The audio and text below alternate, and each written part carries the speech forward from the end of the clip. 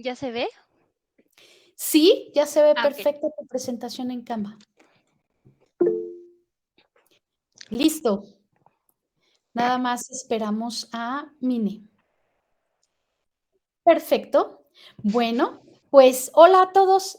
Es jueves, son las 6 de la tarde y nos toca el Journal Club, el club de lectura del Laboratorio de Bioinformación en el que revisamos artículos y otros materiales relacionados con los temas de interés del laboratorio, investigación digital, biodatos, bioinformación, conocimiento, bases de datos, procesamiento de información, análisis de información, informática aplicada para nuevo conocimiento, etcétera. Y hoy, Janet Moreno Manzano, Servicio Social de Laboratorio, estudiante de la Facultad de Ciencias de la carrera de Actuaría, nos va a presentar un artículo que eligió desde que empezó su servicio social, porque a ella le interesa mucho la inteligencia artificial, y nos va a presentar una de las aplicaciones de la inteligencia artificial más interesantes en la biología, que es este gran proyecto de AlphaFold. Entonces, van a tener ya por Twitter la liga del artículo, la presentación y pronto también el video para que todos lo puedan consultar y comentar, ya sea aquí o por las plataformas sociales. Entonces, muchas gracias, Janet. Estamos listos, todos ojos y oídos para tu presentación.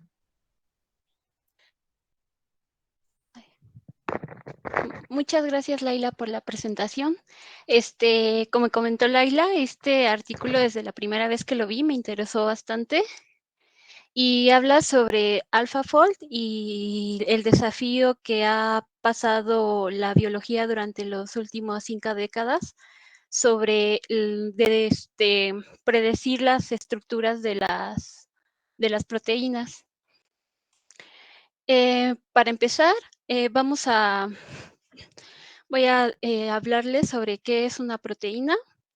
Estas son cadenas de aminoácidos que se pliegan adquiriendo una estructura tridimensional que les permite llevar a cabo miles de funciones.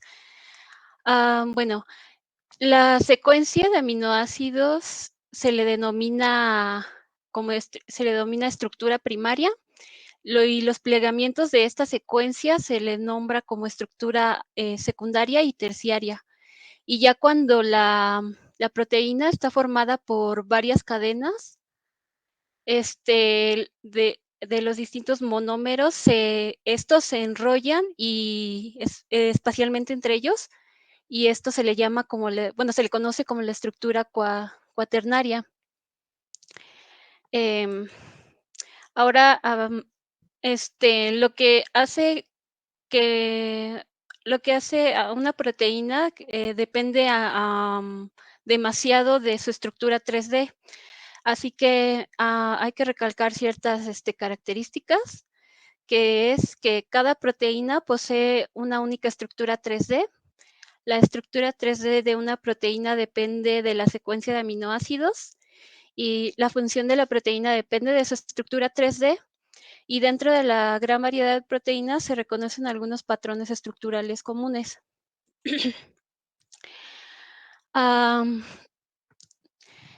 Sobre el plegamiento de proteínas, que es el principal problema que se ha encontrado, es que a grandes rasgos, bueno, este es un proceso por el cual una cadena de proteínas se traduce a su estructura tridimensional nativa.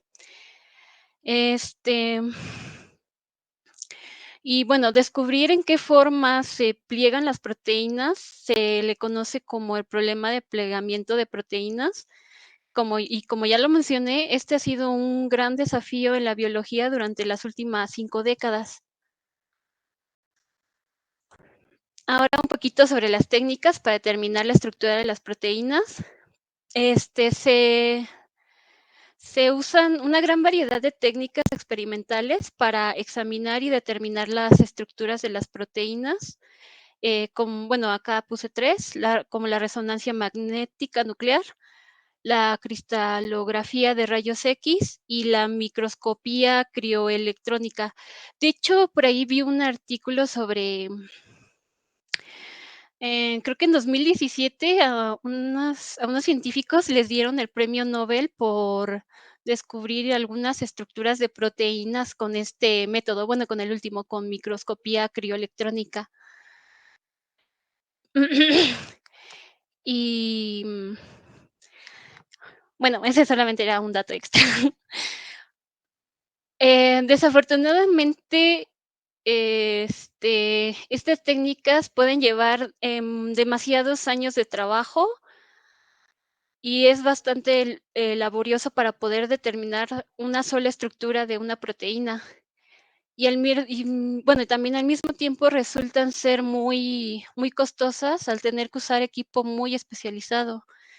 En pocas palabras, son técnicas muy lentas y costosas. Este,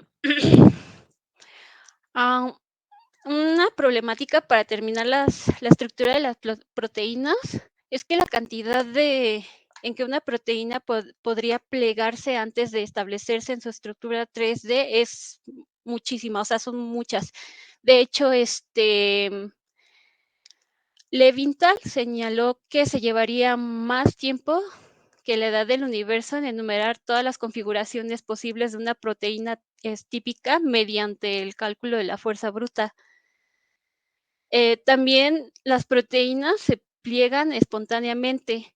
Hay proteínas que solamente tardan milisegundos, entonces es muy difícil detectarlo.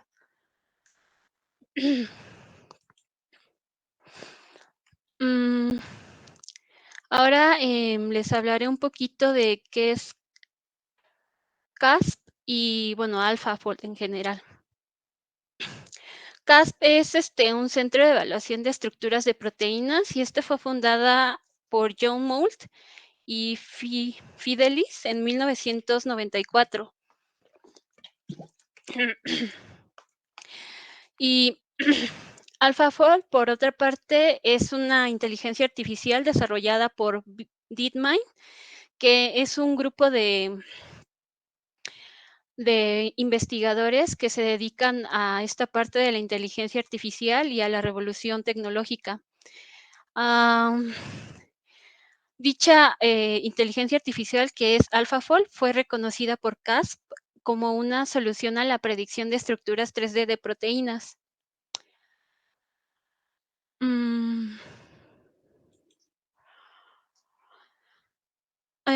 Ahora unas características de AlphaFold que deben de ser mencionadas es que se empezó a trabajar en este desafío en 2016, creando un sistema de inteligencia artificial conocido como AlphaFold.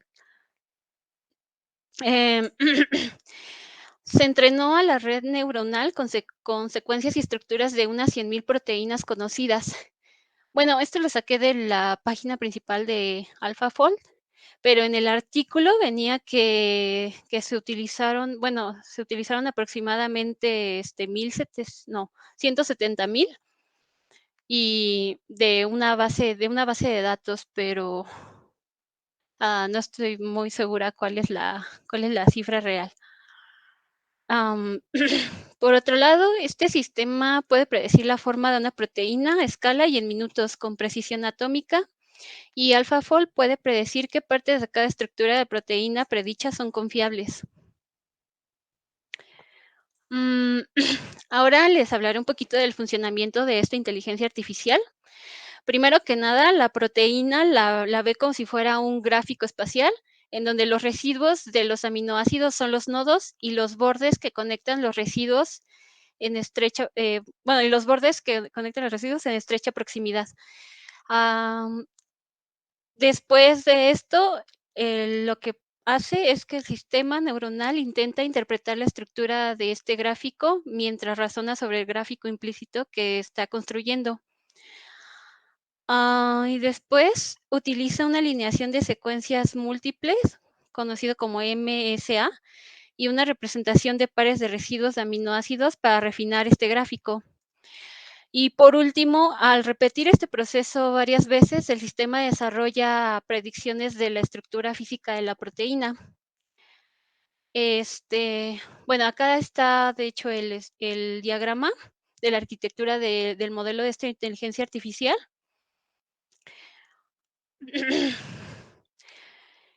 Y bueno,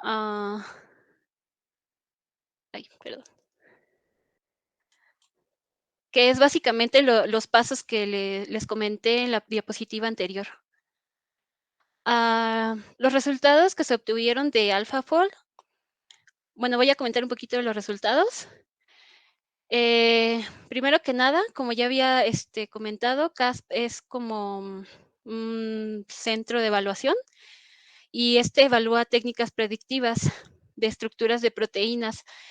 Y esto lo hace eligiendo estructuras de proteínas que se han determinado experimentalmente. La métrica que usa CASP es GDT, que va de 0 a 100, y representa un aproximado del porcentaje de residuos de aminoácidos, es decir, las perlas en la cadena de proteínas.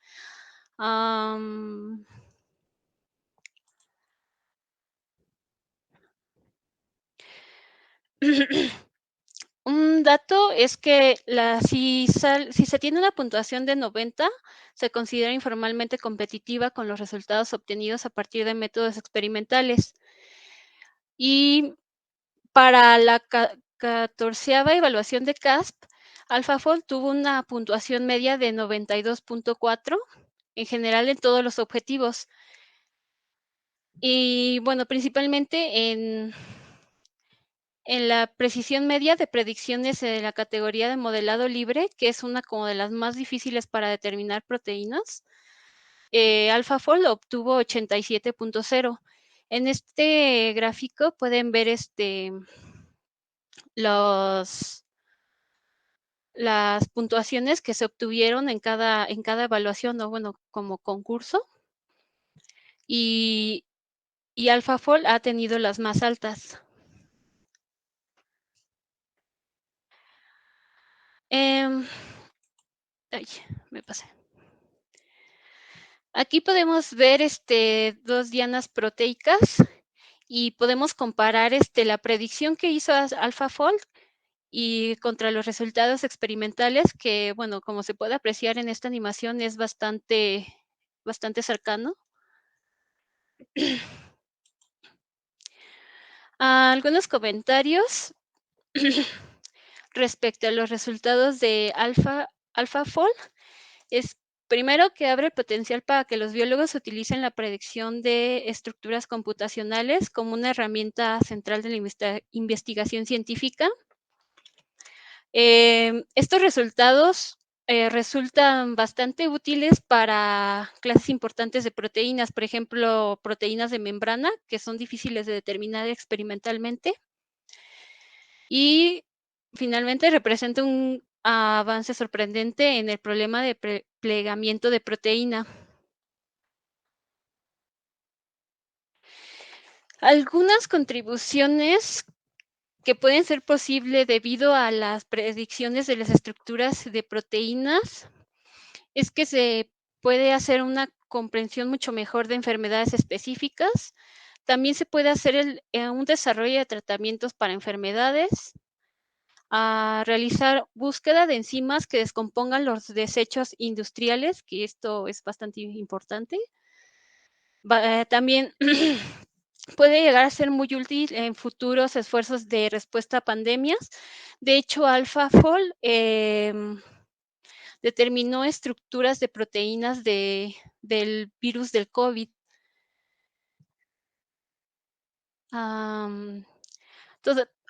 Pero a pesar de esto, todavía quedan algunas interrogantes que son como cómo múltiples proteínas forman complejos, cómo interactúa con el ADN, el ARN o moléculas pequeñas, cómo podemos determinar la ubicación precisa de todas las cadenas laterales de aminoácidos y cómo utilizar estos descubrimientos científicos en el desarrollo de nuevos medicamentos, formas de gestionar el medio ambiente, etcétera.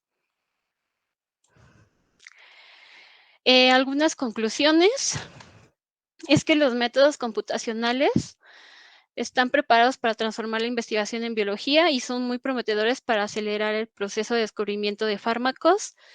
También, debido a estos métodos, demuestran el gran potencial e impacto de la inteligencia artificial como herramienta para ayudar al descubrimiento de, este, de muchas cosas de la naturaleza.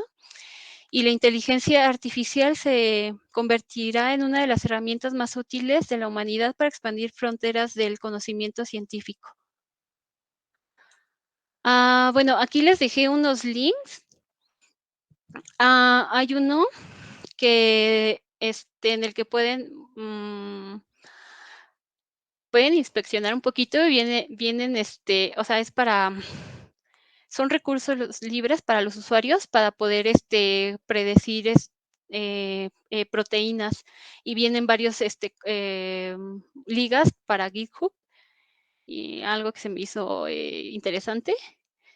Y también, bueno, viene la página de AlphaFold, de Casp, y también los dos links de las bases de datos que usó AlphaFold. Bueno, les dejo acá la referencia al artículo también. Y bueno, sería todo y ya, muchas gracias. Muchas gracias, Janet. Hiciste un gran trabajo. La verdad es que es increíble cómo en el laboratorio hemos logrado que no biólogos puedan entender las cosas importantes de la biología. Me parece importantísimo recordar que tú no eres bióloga. Y la verdad es que explicaste muy bien la información biológica y es evidente y es muy claro y admiro el que ustedes desde otras disciplinas y desde otros intereses se involucren así con la biología, porque son contenidos difíciles. Entonces, las últimas semanas, varios de tus compañeros, actuarios, matemáticos, computólogos, han estado presentando contenidos biológicos y los han explicado muy bien y entendemos todos la curva de introducirse en otras disciplinas, en otros dominios y a este nivel. Entonces, muchísimas gracias por explicarnos todo lo que nos explicaste. Claro que tu área de dominio tiene que ver más con la tecnología, con la programación, con el modelado, con las matemáticas, con los riesgos, con las estadísticas. Entonces, cuéntanos por qué te interesa la inteligencia artificial y por qué elegiste este artículo. Pues es que, por ejemplo, en este caso, que fue una problemática que no se había podido resolver en muchos años, ya con inteligencia artificial se pudo realizar. Entonces, la inteligencia artificial nos está ayudando a revolucionar varios conocimientos, o no sé, híjole, es que ayuda bastante, porque ya no es necesario como hacer el experimento, sino nada más hacer un modelo de predicción que te diga qué es lo que va a pasar o cómo se va a comportar cierta cosa, cierto fenómeno más bien. Entonces me interesa bastante esta parte porque aparte, bueno, la inteligencia artificial está, pues, o sea, lo puedes aplicar en varias cosas, en varios campos. Sí, está padrísimo. Fíjate que yo hace unos días daba una plática y me preguntaban que qué significaba hacer biología in silico. Y entonces yo les decía, pues hacer biología in silico significa hacer biología con la computadora. Hay personas que hacen biología in silico y hacen biología en vivo y hacen biología in vitro, ¿no? O sea, que hacen cosas con los organismos, que hacen experimentos con tubos de ensayo y demás, pero hay quienes hacemos biología solo con información y Ujú. con información digital. digital y con datos. Entonces, yo creo que este es uno de los grandes ejemplos de la investigación en sílico multidisciplinaria, porque claro, está genial la historia que cuenta el artículo y es a un biólogo y a una persona interesada en inteligencia artificial en una conversación se les ocurrió que se pudiera resolver un problema importantísimo que nos describiste, Ujú. que es el modelado de la estructura de las proteínas que al final determina su función. Entonces, bueno, está padrísimo, pero yo ya me callo y dejo participar a los demás. Yo tengo nada más una sola pregunta. Bueno, además de Janet, padrísimo, como dice Laila, qué padre que otra persona, digo, no eres bióloga y sin embargo diste bastante bien la presentación, eh, o sea, desde la definición, ¿no? De cada una de las estructuras, y así muy padre, la verdad, muy puntual, muy precisa y muy bien. Y nada más una pregunta Gracias. rapidísima. Ok. ¿En qué país ya se utiliza estas técnicas de inteligencia artificial como AlphaFold o CASP? Ay, la verdad no sé.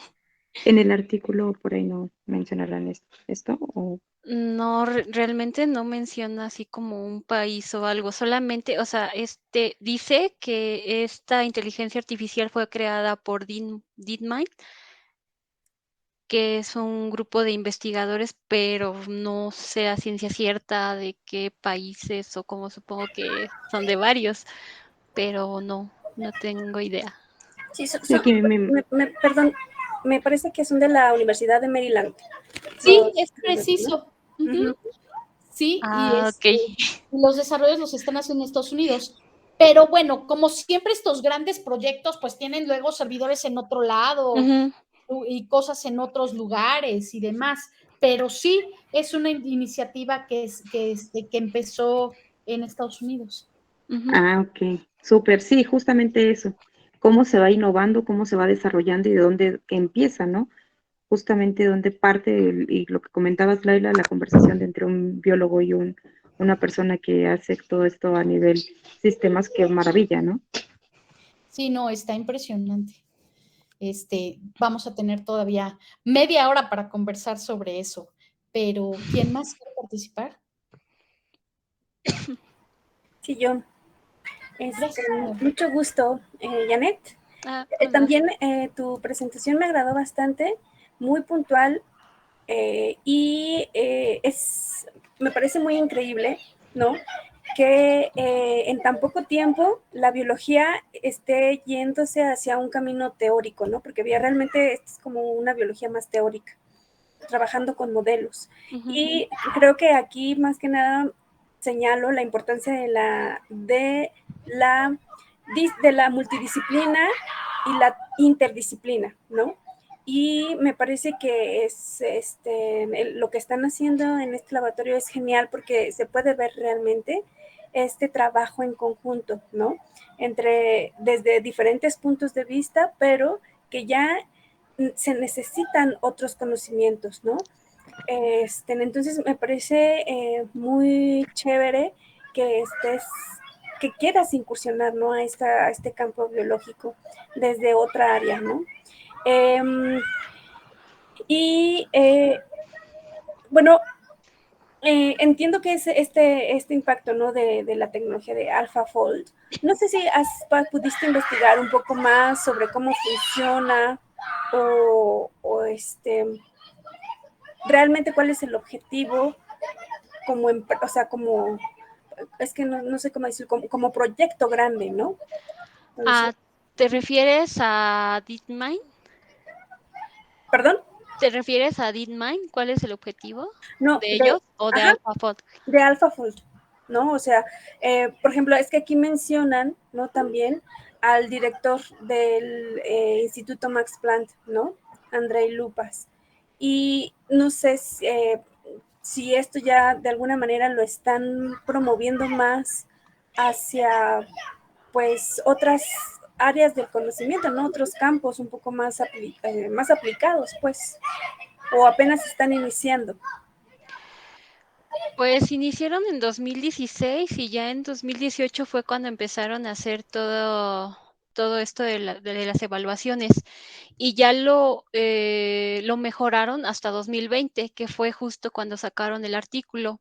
También leí que apenas en julio del 2022 sacaron otro artículo donde ya se supone que este sistema de inteligencia artificial ya determinó, bueno, más así venía el artículo, que ya había determinado todas las estructuras de las proteínas conocidas hasta el momento, o bueno, por la ciencia.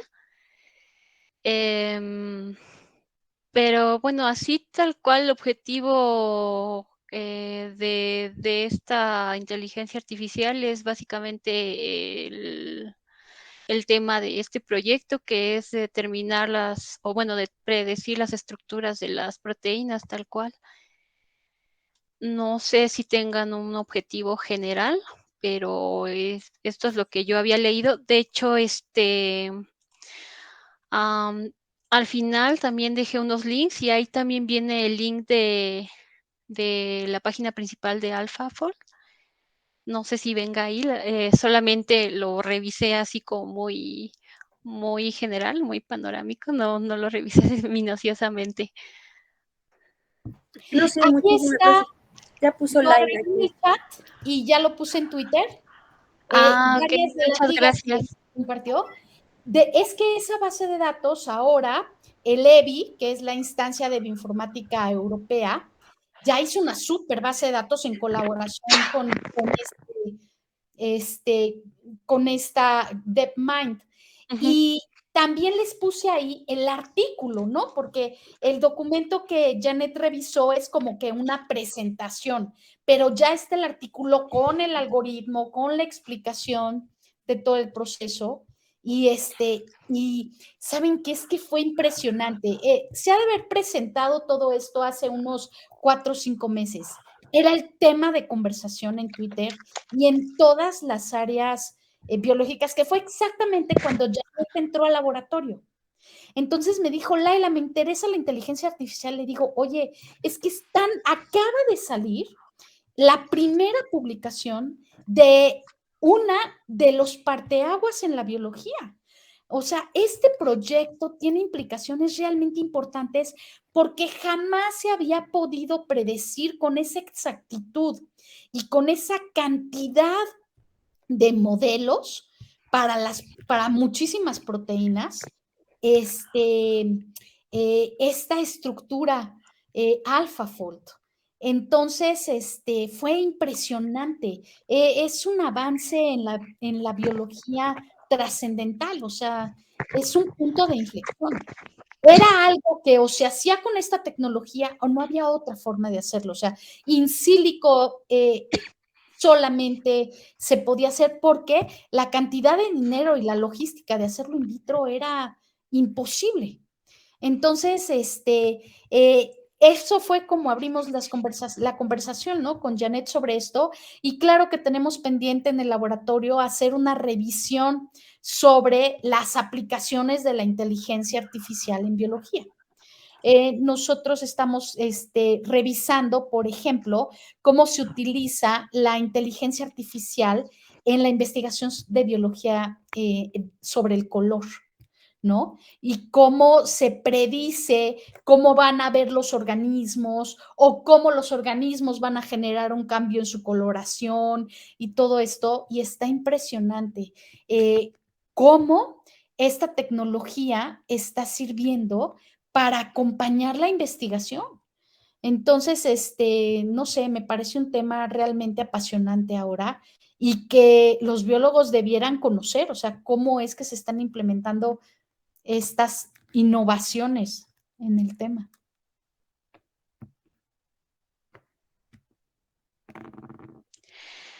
Sí, de hecho, en cuanto a la exactitud que habías comentado que se predecía las estructuras de las proteínas, puse en una de las diapositivas una gráfica y ahí se ve cómo va evolucionando, bueno, cómo fue evolucionando los modelos que predecían las estructuras. Antes era muy deficiente hasta que llegó AlphaFold y sí le dio un golpe muy positivo a este tema.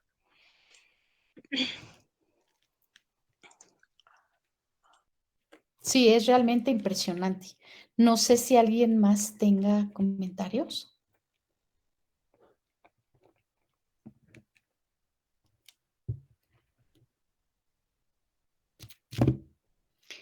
Bueno, mientras alguien más se anima, a mí me gustaría abrir la conversación respecto a que definitivamente uno de los temas en boga es la inteligencia artificial. Y claro que uno de los problemas tiene que ver sobre las buenas prácticas de la inteligencia artificial. Porque claro que muchos estamos preocupados de que el reconocimiento facial se use para otras cosas, que la información sobre el iris y tus expresiones se use de una mala forma, para hacer fraudes, eh, para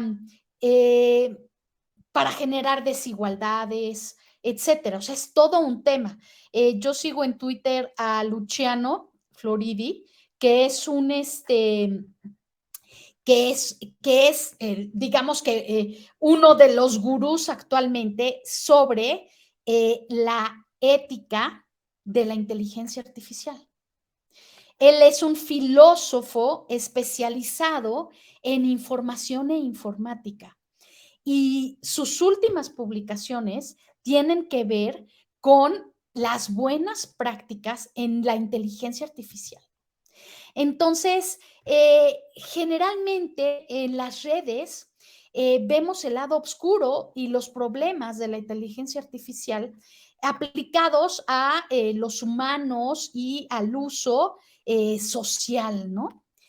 Pero en este caso, la verdad es que está genial las aplicaciones en la investigación y el gran paso que nos están ayudando a dar. Entonces, casi siempre en las mesas, después de las cenas de todos los que estamos interesados en estos temas, pues sale a colación, ¿no? Todo lo que está pasando con la cantidad de datos que se están almacenando y que se están procesando mediante inteligencia artificial y pues están los temas calientes, como se dice, ¿no? Y uno de estos es que, por ejemplo, la inteligencia artificial está hecha por datos que generalmente no son de la mayoría, ¿no? Entonces, pues bueno, la mayoría de los experimentos se hacen con gente anglosajona, alta, de ojos claros. Entonces, claro, si vas a identificar a personas para establecer seguridad o para identificar tendencias y patrones, pues si tienes más información sobre esta comunidad, pues otras comunidades no están bien representadas y ese es un problema con la información. Entonces, son temas interesantísimos, pero a mí lo que me encantó es que este tipo de trabajos cambió la visión de esta tecnología y nos llevó a otra dimensión en la que no estamos preocupados por los problemas éticos del uso social, del fenotipo, la apariencia de las personas, sino que se está centrando en la obtención de datos biológicos para generar nuevo conocimiento sobre fenómenos y estructuras biológicas que de otra manera no tendríamos forma de predecir. Y esa parte a mí me maravilló.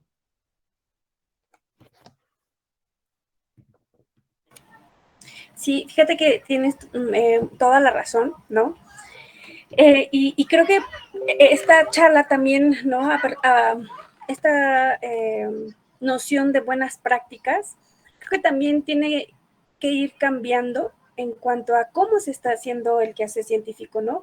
Creo que vemos aquí un salto muy grande de 50 años para acá, en donde si bien la biología era ya muy experimental, todavía era como muy descriptiva, ¿no? Y yo recuerdo cuando estaba por terminar la carrera platicando con algunos físicos que también estaban terminando la carrera de física y que decían, es que los biólogos son muy descriptivos, no se dejan ayudar, ¿no?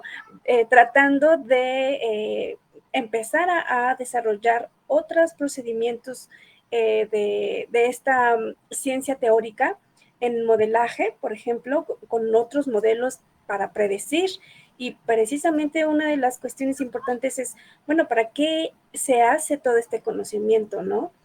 Y bueno, también desde la filosofía de la ciencia, yo mencionaría que estudio un poco más esa zona, a un autor que se llama Ian Hawking, y él tiene un libro muy interesante, ¿no? Que dice experimentar e intervenir, ¿no? Investigar e intervenir, y es eso, ¿no? ¿Para qué queremos que tanto conocimiento, no? Pues para intervenir, para tener una intervención, predecir y tener alguna intervención sobre el mundo que nos rodea, ¿no? No. Entonces me parece que este tipo de tecnologías, este tipo de conocimiento que también se está creando, pues va encaminado a esa precisamente intervención de lo que nos rodea, ¿no?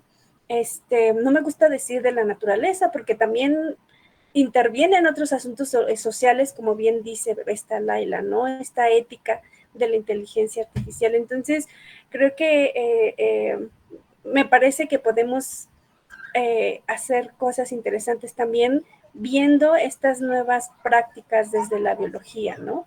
Que si bien son teóricas, pueden aplicarse totalmente. Sí, está padrísimo. Fíjate que, digo, no sé si haya algo, pero a lo mejor también debe haber trabajos de las implicaciones de las buenas prácticas de la inteligencia artificial en todo esto de la proteómica, la genómica y y los datos y demás. Esta parte está interesantísima. O sea, por ejemplo, el que toda la información que están generando esté en una base de datos abierta en línea. Oigan, ¿cuándo nos hubiéramos imaginado algo así, no?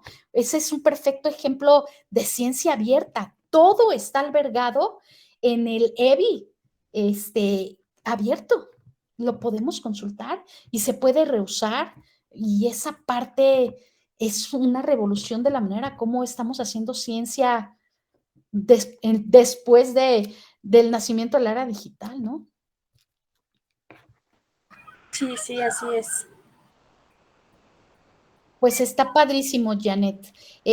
Sabemos que ahora estás súper atareada haciendo código para el proyecto del tablero de biodatos. Ya ayer nos presentaste las cosas padrísimas que estás haciendo, pero bueno, a ver si después tenemos oportunidad de explorar más este tema y ver con más detalle todo lo que se está haciendo de inteligencia artificial para biología. Qué padre que abriste este tema. No sé si alguien más quiera completar notas sobre el artículo, sobre lo que hemos estado conversando. Yo, bueno, solo me quedé con una pequeña duda. ¿A qué hace referencia con los residuos de aminoácidos o perlas en las cadenas de, de la proteína? Es que dice que, o sea, la medida que usa CASP para poder ver qué tan bueno es el modelo para predecir estructuras de proteínas es aproximadamente como un porcentaje de los residuos de aminoácidos, pero no entiendo qué es eso de los residuos de aminoácidos. También lo pone como, ¿qué? Como perlas en ay, se me olvidó el nombre, perlas No, en la cadena de proteínas o de aminoácidos, algo así, no me acuerdo bien. Entonces, no entendí bien esa parte y eso creo que es bastante importante porque también para la red neuronal va tomando esos residuos como los nodos. Entonces, me quedé mucho con esa duda, no sé qué son los residuos de aminoácidos. Lo estuve buscando, pero no, nada no sé, como que más bien me hice más bolas y ya no supe qué pasó ahí. ahorita Entonces, te ayudamos. no sé si alguien me puede explicar. A ver, los biólogos, ¿alguien le puede ayudar un poquito? ¿Algunas ideas sobre esto? ¿No anda Nubia por ahí? Que le sabe a las bases de datos y a todo esto. Yo puedo irte contando un poquito en lo que los demás se animan. Mira, para entender las proteínas, Es siempre muy importante identificar que tienen 4 niveles Sí, de la manera en cómo se estructuran. sí. Entonces, esa parte siempre es de secundaria, preparatoria y universidad, y nos lo repiten 1000 veces, y bueno, a veces como que no lo tenemos tan presente. Entonces, lo primero que hay que recordar es que las proteínas están constituidas por unidades denominadas aminoácidos. Ajá. Entonces, una cosa muy importante es qué tipo de aminoácidos hay en una proteína, el orden de esos aminoácidos y la frecuencia de esos aminoácidos. Entonces, estos aminoácidos tienen determinadas cargas, tienen determinada estructura, tienen determinada longitud. Y entonces, la primera estructura que determina cómo va a funcionar una proteína y cómo va a estar conformada es eso, ¿no? El orden de los aminoácidos que está dictado por la información genética. O sea, estas proteínas se están sintetizando dentro de la célula, resultado de lo que dicta la información genética. Entonces, esto nunca hay que olvidarlo, ¿no? O sea, toda proteína que tenemos ahí, que es funcional, porque hay proteínas estructurales que obtenemos por alimentación, pero las funcionales están recibiendo una orden para generarse y para ir y funcionar en algún lugar. Entonces, lo primero es cómo están esas proteínas. Después, esas proteínas, por las cargas que tienen, se unen unas con otras. Perdón, esos aminoácidos dentro de la proteína. Entonces, primero tienes una estructura, digamos, lineal, que tiene una secuencia de aminoácidos, pero después esos aminoácidos se empiezan por carga a unir unos con otros y entonces generan estructuras secundarias, loops y cositas de ese tipo. ¿Vamos bien hasta ahí? Sí. Después viene la estructura terciaria, que es estructuras que se hacen resultado de esa línea secuencial de aminoácidos, de esas uniones de carga y entonces ya por una conformación en el espacio. Y hay distintos tipos, alfas hélices, betas plegadas, etc. Y luego viene la siguiente estructura, que ya tendría que ver con el alpha fold, ¿no? Con la manera en la que se pliegan, pero resultado de todos los demás procesos. Entonces, siempre quedan partes de los aminoácidos que van hacia algunos lugares para reconocimiento y luego en el centro pueden estar asociadas a metales o a sustancias que son las que hacen funciones. Entonces, por un lado, dentro de esa proteína se pueden estar llevando a cabo funciones y luego por el otro lado se puede estar prendiendo o apagando esa función resultado de una señal. No sé si más o menos puedo dejar claro.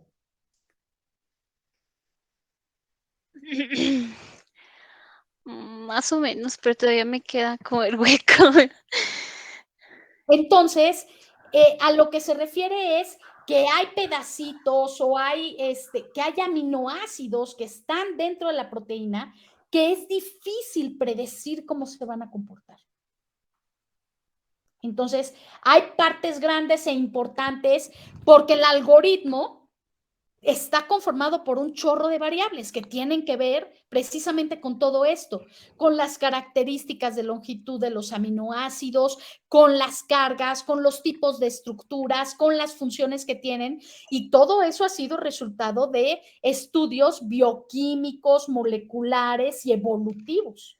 O sea, se predice la estructura que van a tener con base en otras estructuras que ya conocemos. Entonces, ese algoritmo lo que tiene es toda la información vertida sobre todo esto para ir haciendo predicciones, pero hay ciertas cosas que ya son muy pequeñas, que tienen que ver a nivel molecular, que ya no es tan fácil predecir y que tiene que ver con todas estas, lo que nos dices, con las cuentas, porque como está constituida por unidades, pues bueno, hay partes que uno no sabe precisamente cómo están constituidas, porque debes recordar que lo que se está haciendo es una reconstrucción de estudios que se hicieron en el laboratorio, ¿me explico? Para construir todo eso se hicieron experimentos y experimentos y experimentos. Y muchos de esos experimentos se hacen cortando pedacitos, viendo partes. Entonces, bueno, pues no conoces todo, se hacen generalizaciones. Sí. Entonces, pues más o menos por ahí va la cosa. Y esto permite que las partes que no se conocen bien, entonces se vayan al laboratorio, hagan experimentos, se reúnan más datos y se mejore el modelo. Ok.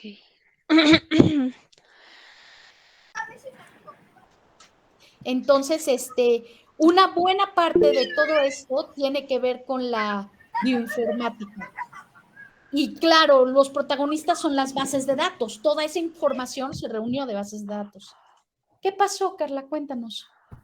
Oh, yo quería participar a retomar algunos temas que acaban de decir, muy interesantes, por cierto. Muchas gracias, Janet, por tomarte el tiempo de darnos esta charla tan buena y tan padre, porque yo tampoco soy bióloga y la entendí más o menos. Quería retomar un poquito el comentario de Pau acerca de que nosotros no sabemos cómo nos complementamos entre ¿cómo se llama? Como entre carreras, ¿no? A veces, el otro día en una plática con el doctor René, en el Instituto de Investigaciones Sociales, salió en la comida que antes las personas eran como multitasking, ¿no? O sea, se preguntaban mucho. De hecho, si podemos ver como algunas biografías anteriores o muy, muy antiguas, eran como arquitectos, astrónomos, pintores, ¿no? Y esto.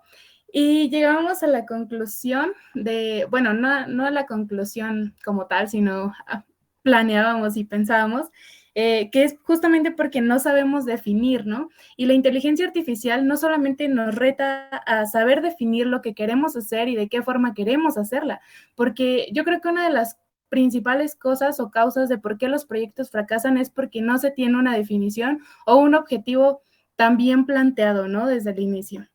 Entonces, esta parte de la inteligencia artificial tanto nos puede ayudar muchísimo como puede ser o implicar un gran reto, porque nosotros actualmente no nos hacemos tantas preguntas que no solamente se tienen que resolver en nuestro campo, sino en otros campos, y tampoco sabemos trabajar en equipo, ¿no?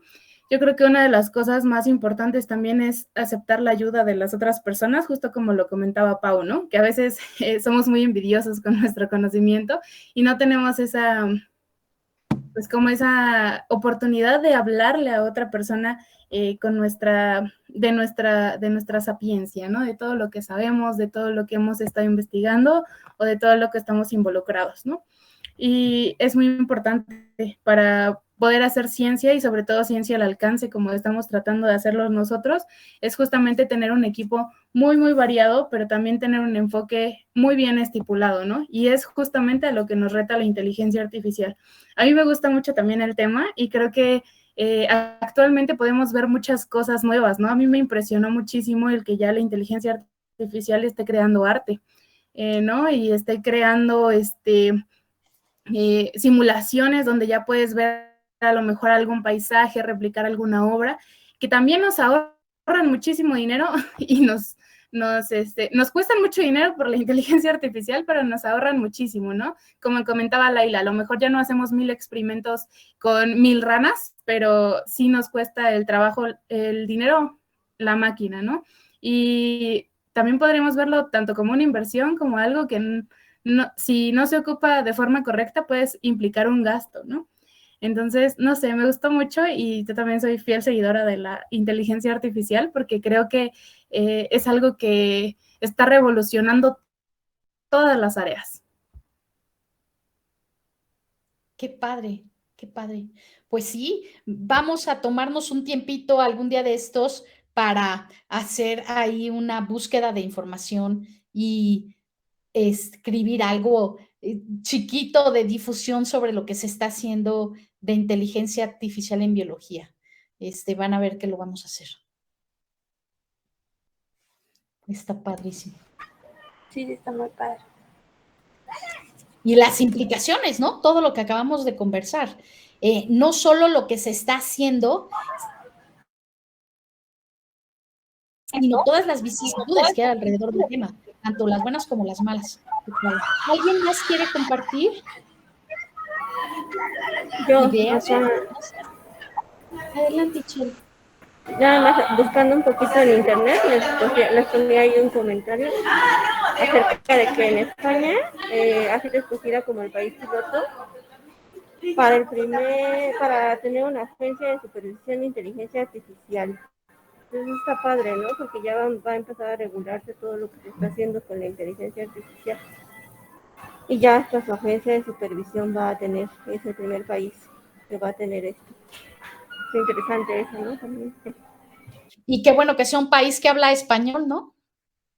Siempre Así es. hablan. Para todos los pilotos siempre eligen países. Angloparlantes. Ajá, exactamente. Angloparlantes. Qué padre. También con respecto a lo que mencionaban de que muchas veces no nos damos cuenta de cómo podemos ocupar la interdisciplinariedad. Se supone que actualmente en la educación que está con el nuevo modelo educativo y cosas así, ya se está planteando que todos los temas que se vean involucren la interdisciplina, o sea, que se vea la aplicación que tiene con las matemáticas, la aplicación que tiene con la biología, cómo se relacionaría con geografía. En teoría, ese es un nuevo campo que ya se está implementando en los diferentes niveles de educación. Justamente con todo esto de que ahora ya podemos tener más acceso a distintos tipos de información. Es uno de los puntos importantes que ahora se están llevando a cabo. Poder relacionar los temas con todo tu entorno y con todas las demás disciplinas. Creo que eso es importante para que todo esto que acaban de mencionar pues siga ocurriendo, ¿no? Claro, pues es que nadie mejor que nosotros, ¿no? En saber lo enriquecedor que es tener en el equipo a físicos, matemáticos, biólogos, actuarios, matemáticos aplicados, filósofos, etcétera, porque te ayudan a entender todas las dimensiones que están involucradas en los procesos y en los fenómenos. Absolutamente de acuerdo, Che. Pues sí. ¿Alguien más?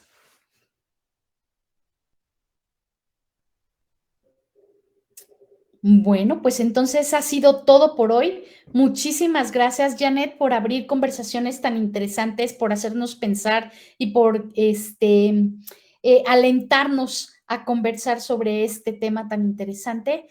Nos quedan muchas tareas y muchas ideas nuevas, como siempre que uno lee y uno discute artículos académicos. Y los invito a que nos reunamos la próxima semana, el miércoles de 6 a 7 en el seminario de laboratorio, el jueves en el Journal Club. Les compartimos mañana mismo o hoy en un ratito el artículo que se va a revisar la próxima semana para que lo tengamos leído y podamos centrarnos en el argumento de ese documento. Y pues no me queda nada más que desearles una linda noche y un gran fin de semana. Que estén muy bien. Nos vemos. Nos vemos. Hasta luego. Igualmente bonito. Gracias.